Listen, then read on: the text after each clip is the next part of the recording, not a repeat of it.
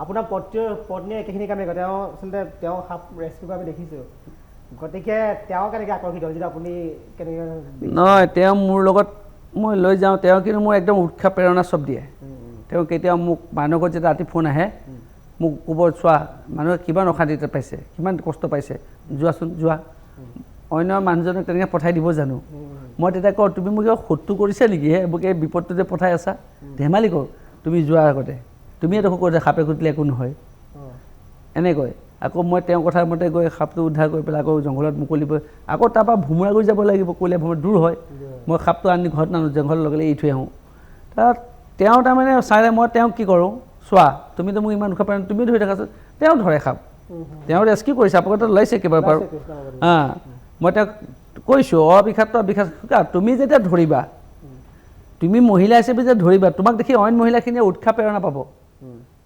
অইন মহিলাই গম পাব আৰু তুমি মানুহখিনি বুজাই দিবা যে এইটো সাপ এইটো তেওঁ তেনেকৈ বুজাই বৰ ভালো লাগে আৰু কেইবাখনো তেওঁ মিটিঙত মোৰ লগত যাই গৈছে এইটো মানে আমি এটা পৰিয়াল নহয় এতিয়া মই এতিয়া অসমত তাৰমানে এটা ডাঙৰ পৰিয়াল বনাই দিলোঁ আমি দুটাতো আছোৱেই আমি হাজবেণ্ড ৱাইফটো হয়েই এতিয়া মোৰ লগত বহুত আছে তেনেকৈ আপুনি আচৰিত হ'ব ইয়াত ইঞ্জিনিয়াৰ কৰি আছে জিঅ'ৰ নগাঁও ডিষ্ট্ৰিক্টৰ বছ যিজন মচিনুৰ ৰহমান তেওঁ 24 আৱাৰ্ছ প্ৰায়খিনি সময়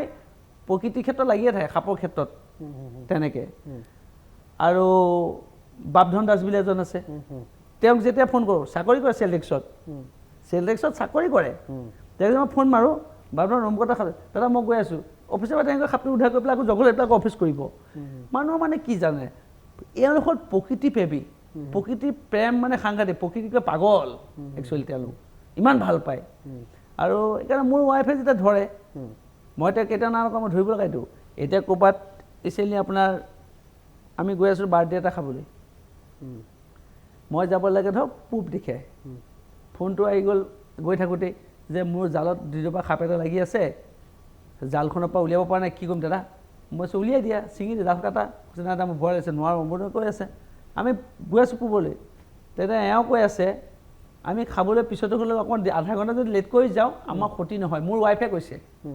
আমি যে আধা ঘণ্টা কৰি যাওঁ আমাৰ লছ নহয় সাপটো আধা ঘণ্টাৰ ভিতৰত মৰি যাব পাৰে মোৰ গাড়ী চলাইছে মই কৈছোঁ মই নুচোঁ এতিয়া সাপ তুমি চুবা তুমি খুলিবা বোলা হ'ব মই খুলিম তেতিয়া তেওঁ আকৌ ঘূৰি আহি প্ৰায় 12-10 কিলোমিটাৰ হ'ব ঘূৰি আহি আপুনি জালখন তেওঁ কাটিছে জালত লাগিছে জালখন কাটি সাপটো মানুহৰ মাজত বুজাইছে এইটো অবিষাক্ত সাপ এইটো মচুৰা গম এইটো কয় বাৰীৰখীয়া ইয়াৰ কোনো নেগুৰত বিষ নাই ই যদি কামোৰে আপুনি টিটেনাছ এটা ল'ব লাগিব মোৰ ৱাইফে তেনেকৈ বুজাইছে আৰু মই সেইকাৰণে কৈছোঁ মই যেতিয়া প্ৰতিটো মুহূৰ্ততে মোৰ সাহস হিচাপে থিয় হয় মোৰ সাহস আৰু মোৰ ল'ৰাই চব জানে এতিয়া মোৰ ল'ৰা 4 বছৰ হৈ আছে সি কাছ সাপ সি কি কৰে মোৰ ঘৰত মোৰ পেণ্টৰ বেলবিলাক পেলাই দিব চাৰিফালে পেনৰ বেলবিলাক পেলাই পেলাই ৰেস্কিউ কৰি থাকে মোৰ ষ্টিক এটা আছে সৰু ষ্টিকটো সেইটো ৰেস্কিউ কৰি এটা কবৰা এটা পাইথান ৰেস্কিউ এনেকৈ সি ঘৰত কৰি মই তেতিয়া চাইছোঁ এতিয়াৰ পৰা যদি আমি তাক ভাজটো দি আছোঁ ন এদিন হয়তো সি ভগৱানৰ আশীৰ্বাদ ৰাইজৰ আশীৰ্বাদত এদিন সিও নামটো ভাল হ'ব কাৰণ তাৰ নামটো কি ৰাখিছোঁ জানা ৰাজ সৌৰভ বৰকটকী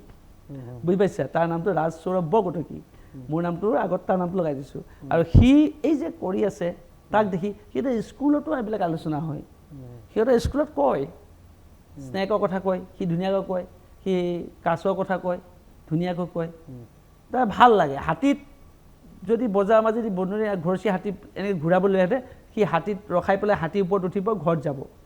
স্পেচিয়েলি তেনেকৈ এইবিলাক কৰি থাকে ভাল লাগে মই চাইছোঁ মোৰ যিটো প্ৰকৃতিৰ প্ৰেম প্ৰকৃতিৰ মুখ সেইটো মোৰ ল'ৰা আৰু মোৰ ৱাইফৰো আছে আৰু সেইকাৰণে মোক চাগৈ এই ৰাস্তাটোত আগুৱাই যোৱাৰ এটা সাহস হৈছে আৰু মোৰ মাৰ আশীৰ্বাদ আছে